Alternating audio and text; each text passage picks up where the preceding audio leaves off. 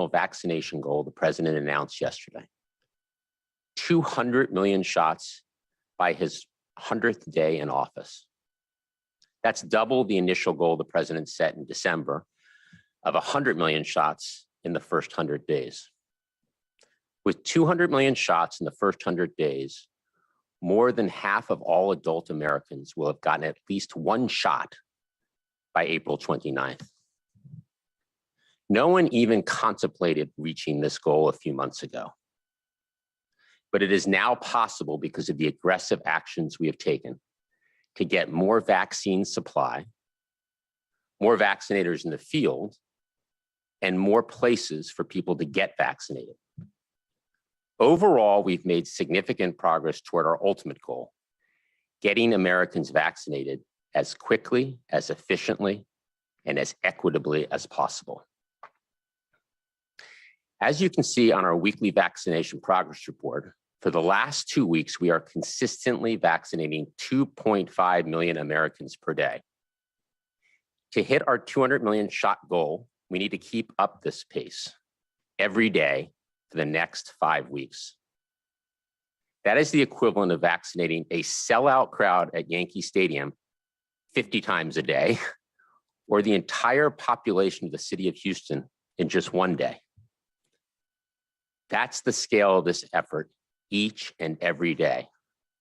200 million shots in 100 days. This is an unprecedented pace. No country has ever vaccinated this many people this fast. And this effort will coincide with us reaching into harder to reach communities all across the country. To keep up this pace and ensure equity and fairness, we are making progress. As of today, 71% of individuals 65 and over have received at least one shot. That's important because seniors sadly account for 80% of COVID deaths. Overall, more than 1 in 3 adults have had at least one dose, and more than 47 million adult Americans are now fully vaccinated. We will need to continue to build on this progress to meet our new goal of 200 million shots in the first 100 days. And thanks to the resources of the American Rescue Plan, we have the resources to scale up activity, fully implement this strategy, and put the pandemic behind us. I want to briefly outline how, in order to reach our new goal, we will continue to increase vaccine supply, vaccinators, and places to get vaccinated. On vaccine supply, we've taken aggressive action to accelerate the production timelines of Pfizer, Moderna, and Johnson & Johnson, including using the Defense Production Act to expedite critical supplies, equipment, and materials, and brokering the historic partnership between Merck and Johnson & Johnson. This week, a total of more than 27 million doses went to states, tribes, and territories and through the federal channels. That's more than 3 times the weekly supply that was being distributed when we took office. From 8.6 million doses to more than 27 million doses this week. This significant increase in supply means by the end of May, we will have enough vaccine for every adult in the US. To be clear, this is a direct result of all of our work with the vaccine manufacturers. It has produced results. They are setting and hitting targets. And we will continue to get all available vaccine supply out the door as soon as it's available. On vaccinators in the field, we've deployed over 6,500 federal personnel to serve as vaccinators and to support vaccinations, including calling on FEMA, retired doctors and nurses, and active duty military to administer shots. And in the coming weeks, at the president's direction, we will increase the 2,900 active duty military men and women in the field to over 6,000 active duty troops. On places to get vaccinated, we've dramatically increased the number of convenient and trusted places for people to get a shot. Today, across the country, there are nearly 50,000 sites where Americans can go to get a shot. This number of sites continues to grow and includes 16,000 local pharmacies in the federal pharmacy program that we launched a few weeks ago. Millions of Americans can now get a shot in their local pharmacy the exact same way they get their flu shot. We will increase the total number of participating pharmacies to more than 20,000. There are 300 community health centers providing vaccines, which we will expand up to 950 in the coming weeks. Importantly, over 65% of the shots administered at these community health centers have been to people of color. In addition to pharmacies and community health centers, there are over 650 federally supported community vaccination sites across the country. And we're also continuing to bring more federally run mass vaccination centers online, including 3 new sites we're announcing today in Boston, Massachusetts, Norfolk, Virginia, and Newark, New Jersey. Together, these 3 new sites are capable of administering 15,000 doses a day. And we're meeting people where they are, from deploying more than 500 mobile clinics to our new program to get vaccines directly to dialysis centers. Because of the progress we're making, states are following the president's call to open up eligibility to all adult Americans no later than May 1. As you can see from this map, 46 states and the District of Columbia have already announced plans to open up eligibility no later than May 1. That's the goal the president announced earlier this month. In navy blue, 14 states have already opened eligibility to all adults or will open eligibility in the next week. And in blue, in further good news, 12 additional states are opening up eligibility to all adults by April 15th. So in total, about half the states will have opened up eligibility to all adults by mid-April. The president's new goal of 200 million shots in his first 100 days is only possible because of the president's whole of government national strategy and our partnership with state, territorial, tribal, and local officials, vaccine manufacturers, federal workers, and the not-for-profit and private sectors. Before I hand it over to Dr. Walensky to talk about the state of the pandemic, let me close by saying it's clear there is a case for optimism, but there is not a case for relaxation. This is not the time to let down our guard. We need to follow the public health guidance, wear a mask, socially distance, and get a vaccine when it's your turn. Over to Dr. Walensky. Thank you, Jeff. It's a pleasure to be back with you today. Since early in the pandemic, it's been clear that COVID-19 has disproportionately affected certain groups in the United States, particularly Blacks, Latino, Native American communities, as well as in rural and low-income communities.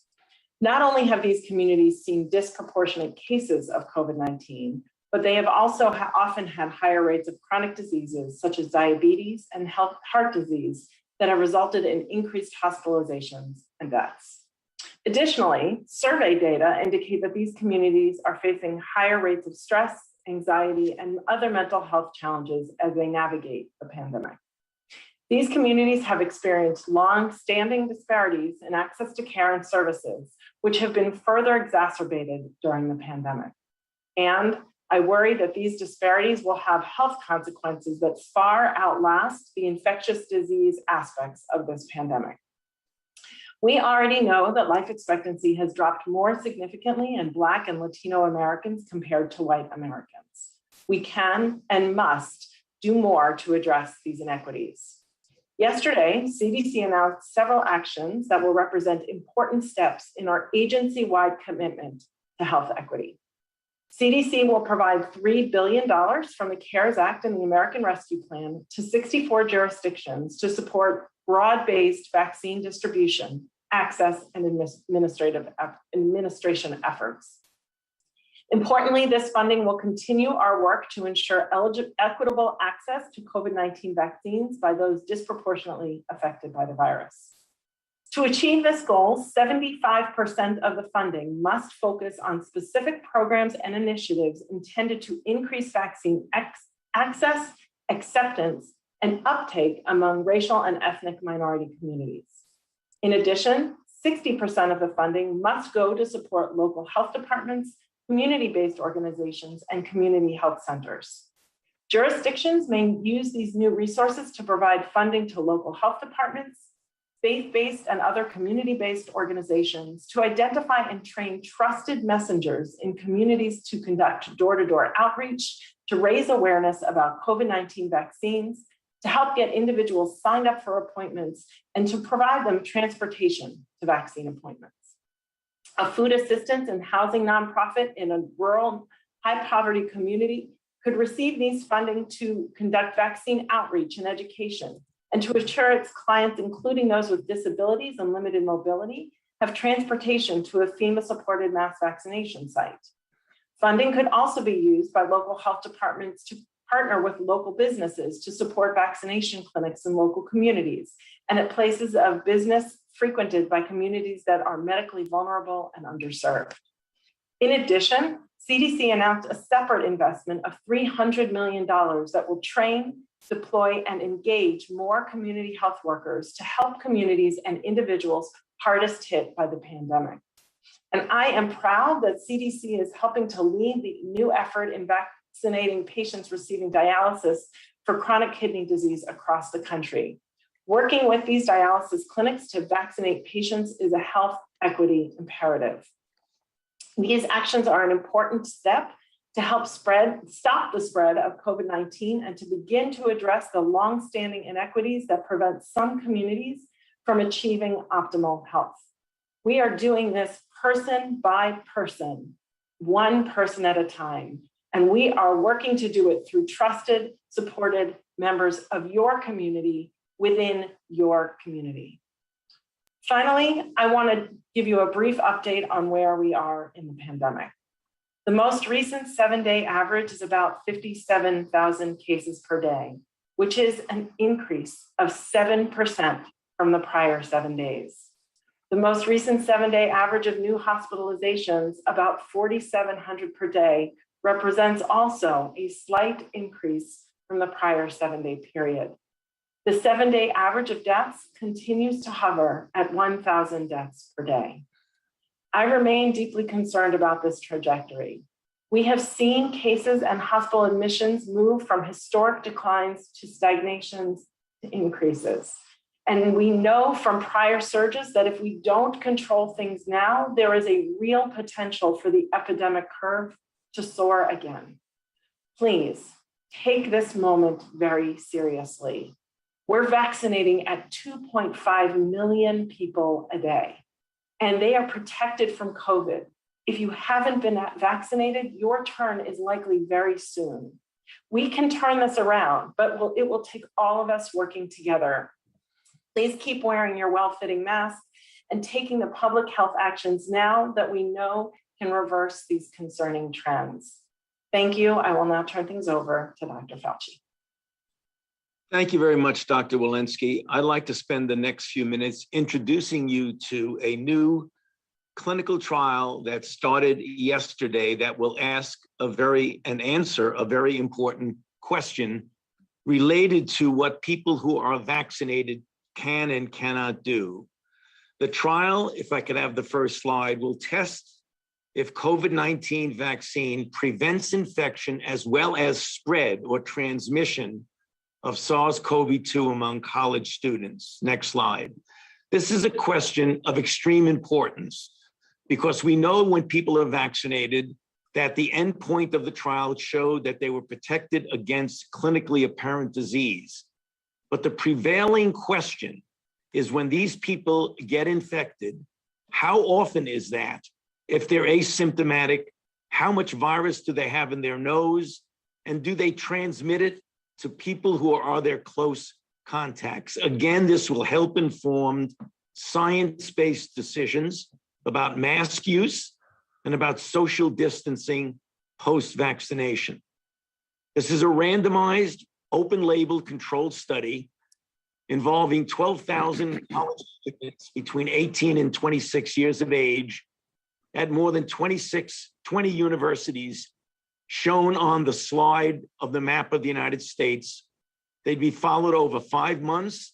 And as I mentioned, the study started yesterday. Next slide. The students are going to be randomized into 2 groups. 6,000 will receive vaccine immediately, and another 6,000 will be vaccinated with a delay of 4 months later. The delayed vaccination group will serve initially as a control cohort. Both of these groups are going to receive the FDA authorized vaccine regimen of 2 100 microgram doses of mRNA 1273, the Moderna product, administered 28 days apart. Next slide. The participants are going to complete questionnaires with an electronic diary app. They will swab their nose daily for SARS co-infection and provide periodic blood samples. Importantly, about 25,000 individuals will be identified by the participants in the main study as close contacts. They will provide samples. The degree of transmission from vaccinated individuals will be determined by the infection rate in the close contacts. So we hope that within the next 5 or so months, we'll be able to answer the very important question about whether vaccinated people get infected asymptomatically, and if they do they transmit the infection to others? I'll stop there and back to you, Jeff. Well, thank you, Dr. Fauci. Thank you, Dr. Walensky. Let's go ahead and open it up for a few questions. Great. And a reminder, 1 question per person. First up, we'll go to Maureen Groppe at USA Today. Hi, thanks for taking my question. You mentioned the number of states that are opening up vaccine eligibility to all adults, but some of those that are doing it the fastest, either this month or in the first week of April, are lagging behind when it comes to vaccinating their residents, including seniors, 65 plus. I'm wondering if that is a mistake, if they should be focusing on that more first. And I know you said 1 question, but if a colleague asked me to ask about Robert Redfield's comments this morning that he believes that the coronavirus escaped from the Wuhan Institute of Virology. Let's start with the second question. Over to you, Dr. Fauci. Okay, so when you think about the possibilities of how this virus appeared in the human population, obviously there are a number of theories. The issue that would have someone think it's possible to have escaped from a lab would mean that it essentially entered the outside human population already well adapted to humans, suggesting that it was adapted in the lab. However, the alternative explanation, which most public health individuals go by, is that this virus was actually circulating in China, likely in Wuhan, for a month or more before they were clinically recognized at the end of December of 2019. If that were the case, the virus clearly could have adapted itself to a greater efficiency of transmissibility over that period of time, up to and at the time it was recognized. So Dr. Redfield was mentioning that he was giving an opinion as to a possibility. But again, there are other alternatives, others that most people hold by. And we are looking forward to a WHO report that should be coming out soon that examines the origin of this pandemic and of SARS-CoV-2 in humans, and we'll look forward to reviewing that. So to your first question, I think states across the country have done a good job of prioritizing the most vulnerable. And I think that being at 71% of individuals 65 years and older across the country with having received at least their first shot is real progress. About 45% of those seniors are fully vaccinated, but we have to keep prioritizing the most vulnerable populations. And if there are states that are lagging behind, we're working with those states to ensure that they continue to prioritize the most vulnerable populations. That said, with the increase in demand, we think it's a good thing that states are opening up eligibility to all Americans no later than May 1st. Next question. Next, we'll go to Zeke Miller at the Associated Press. Thanks for doing the call. Jeff, this one might be for you. You mentioned that over the last couple of weeks, the rate of vaccination has been stable at roughly 2.5 million shots per day. Is your sense that that is sort of the capacity of the existing system, or is it still a supply constrained environment? And what is your projection for, once you get these additional sites online, how many doses can you administer? What is the maximum capacity of shots that can be injected per day once supply is no longer constrained? So thanks, Zeke. First of all, I want to start with, we're doubling our original goal to, and it's now to do 200 million shots in the first 100 days. Clearly unprecedented. And then furthermore, this second 100 million is going to be done in a faster period, a shorter period of time than the first 100 million.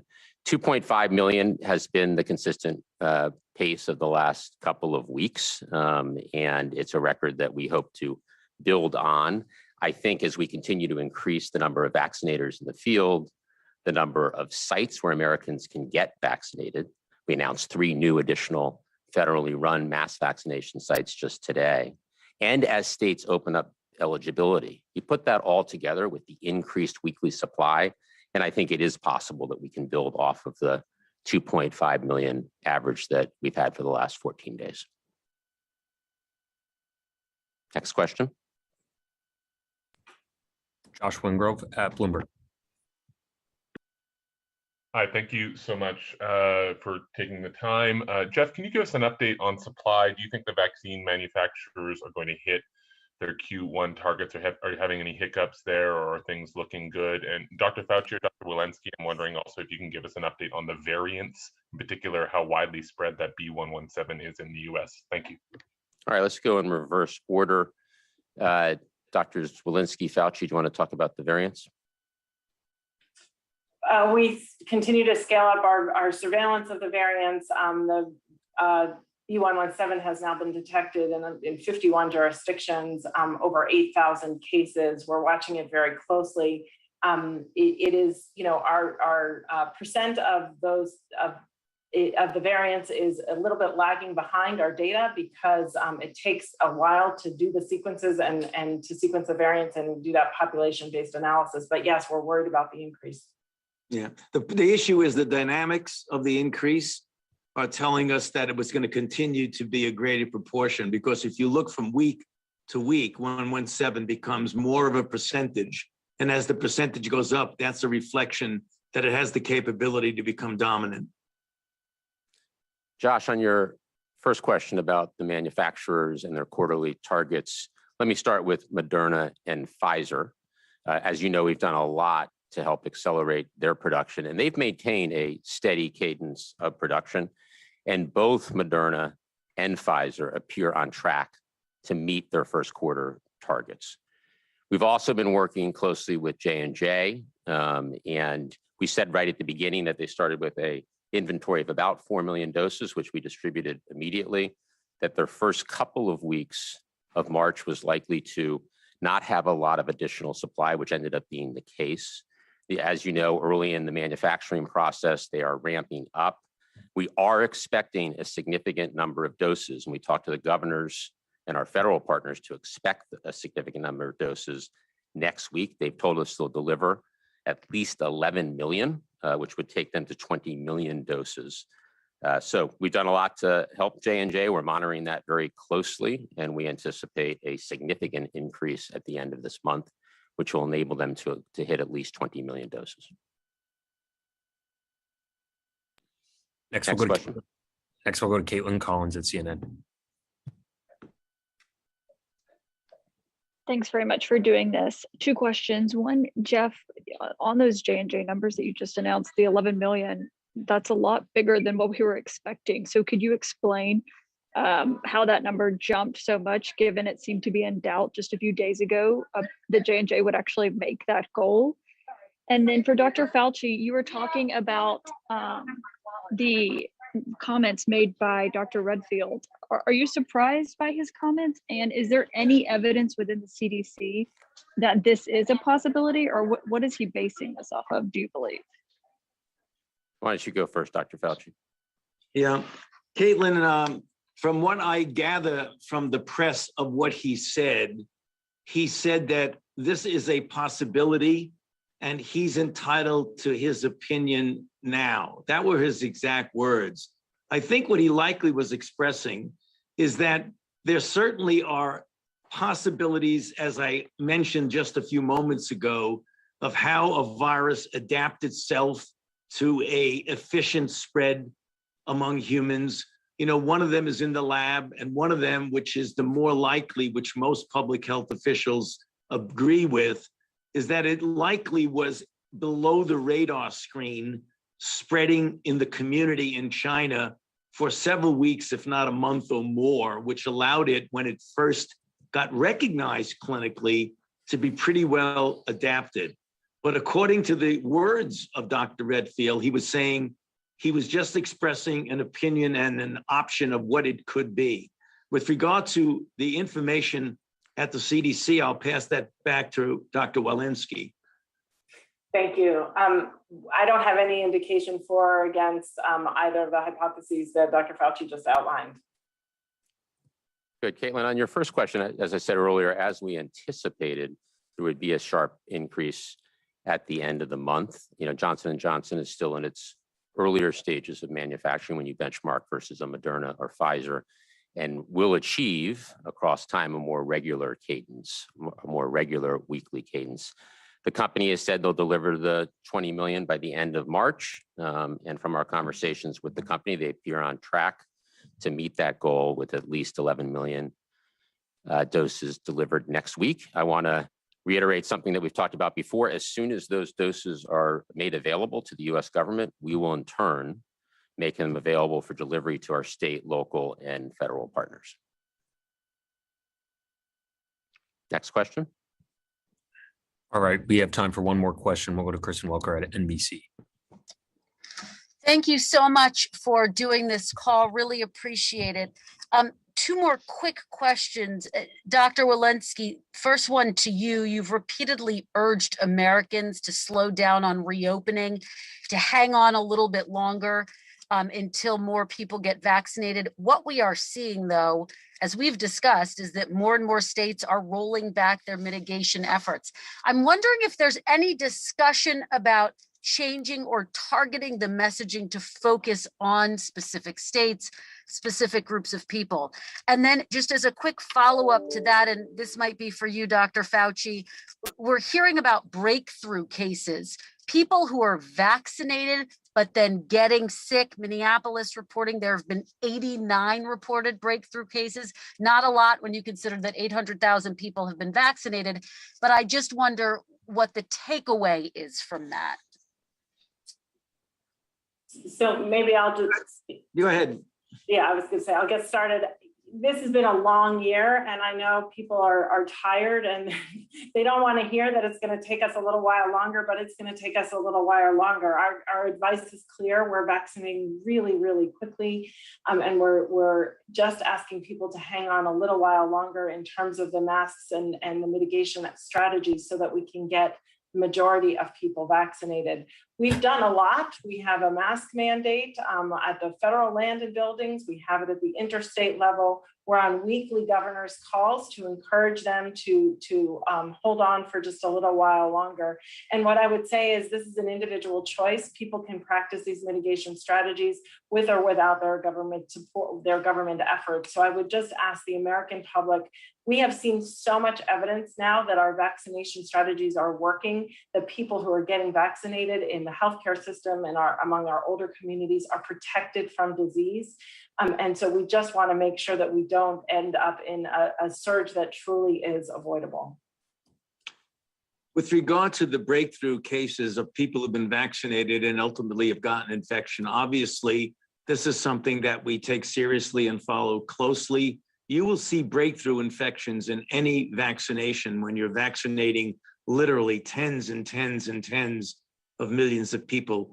So in some respects, that's not surprising. One of the important things that will be done and must be done is to sequence the genome of the virus that's the breakthrough virus, because it would be very important to see if they broke through with the wild type virus which would indicate a real diminution of immunity, or whether it broke through with one of the variants, which would be much more explainable if you don't have enough cross-reactivity. So all of that information will be collected and will be very informative to us about what the type and the frequency of breakthrough that we'll be seeing.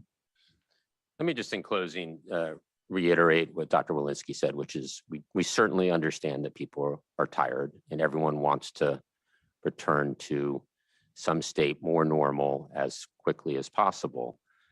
But we can't let down our guard, and the president is doing everything he can with the mask mandate on federal land and buildings, the mask mandate on interstate travel. Each time the president speaks about the virus, he reminds people that it's a time, as I said earlier, for optimism, but not for relaxation. And we just need to continue to push ourselves so that everyone does everything they can to stay vigilant, follow the public health measures, and get vaccinated as soon as it is your turn.